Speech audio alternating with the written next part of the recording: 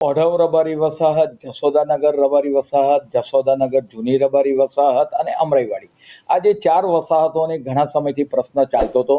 આજની સ્ટેન્ડિંગ કમિટીમાં ઠરાવ મંજૂર કરી પ્રવર્તમાન જંત્રીના 25% પ્રમાણે આપણે વાત કરીએ કે અમે રાજ્ય સરકારને બોર્ડની મંજૂરીની અપેક્ષાએ એને કાયદેસર કરવા માટે 1960થી જ્યાં આગળ જે માલધારી સમાજ વસવાટ કરે છે અને આપણે વાત કરીએ કે 45 વર્ષ કરતાં જે લોકો વધારે સમયથી રહેતા હોય તો રાજ્ય સરકારની પોલિસી અંતર્ગત તેમને માલિકીના હક આપવા માટે અમે રાજ્ય સરકારને બોર્ડની મંજૂરીની અપેક્ષાએ મોકલી આપીએ છીએ.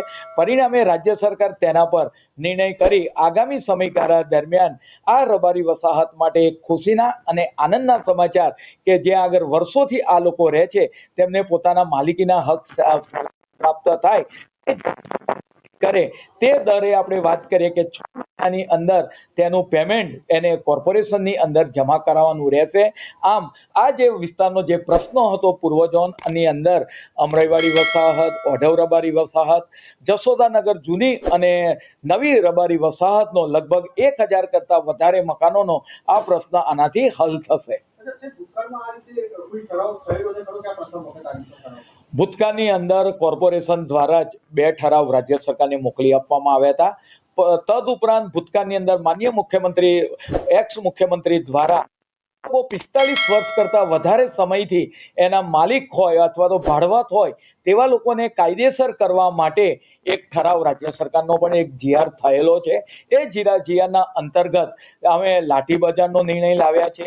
એ જ રીતે આ જે લોકો પુનઃવસન થયેલા છે ઓઢવ રબારી વસાહત, અમરાઈવાડી રબારી વસાહત, આ તમામ લોકોને પોતાના માલિકીના હક મળે એ માટે આજની સ્ટેન્ડિંગ કમિટીની અંદર આ કામને તાકીદના કામ તરીકે મંજૂર કરી બોર્ડની મંજૂરીની અપેક્ષાએ અમે રાજ્ય સરકારને મોકલી આપીશું. પરિણામે આ માલધારી સમાજનો જે વર્ષો જૂનો પ્રશ્ન હતો એ માલધારી સમાજનો આ પ્રશ્ન આનાથી હલ થશે.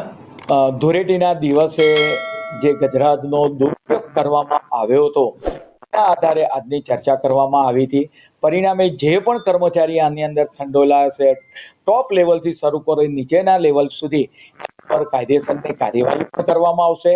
સાથે સાથે જે એજન્સીએ જે હેતુ માટે જરૂરી હતું એના બદલે દુરુપયોગ કર્યો છે તેમના સામે પણ આપણે વાત કરીએ કે એક્શન લેવાય, ફરિયાદ નોંધાય તે માટેની પણ તજવીજ કરવામાં આવી છે.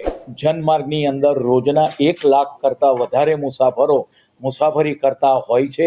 એ લોકોની સારી સગવડ જળવાય અને સમયસર પોતાના નોકરીના સ્થળે, ધંધાના સ્થળે, અત્યાર તો વિદ્યાર્થીઓ પોતાના એજ્યુકેશનના સ્થળે પહોંચે એ માટે આજે પણ મેં મારા દ્વારા પણ વિઝિટ કરાવી હતી.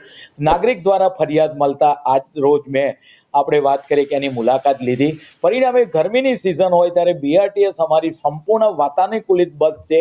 ઘણી જગ્યાએ એસી બંધ જોવાની ફરિયાદ મળી હતી તો આ એસી ઝડપથી ચાલુ થાય અને પરિણામે ગરમીની અંદર નગરજનોને કોઈ પણ જાતની તકલીફ ન પડે. તદુપરાંત ત્યાં આગળ આપણે વાત કરીએ કે અમારા વીએમડી લગાવેલા હતા. બીઆરટીએસ કેટલા સમયના અંતરે આવશે એ ડિસ્પ્લે પણ બંધ જોવા મળ્યા હતા. તો એ ડિસ્પ્લેને પણ ઝડપથી ચાલુ થઈ જાય અને ત્યાં આગળ ઠંડા પાણી મળી રહે ત્યાં આગળ ઓઆરએસના પાઉચ હતા પરંતુ પાણીના જગની વ્યવસ્થા કરવા માટેની પણ જરૂરી સૂચના આપવામાં આવી છે. પરિણામે ગરમીમાં નગરજનોને રાહત મળે, બીઆરટીએસની અંદર એ મુસાફરી સુખરૂપ કરી શકે, વાતાનુકૂલિત બસની અંદર સહેલાઈથી થઈ શકે એ માટેની જરૂરી ચર્ચા કરવામાં આવી છે અને એની સૂચના પણ આપવામાં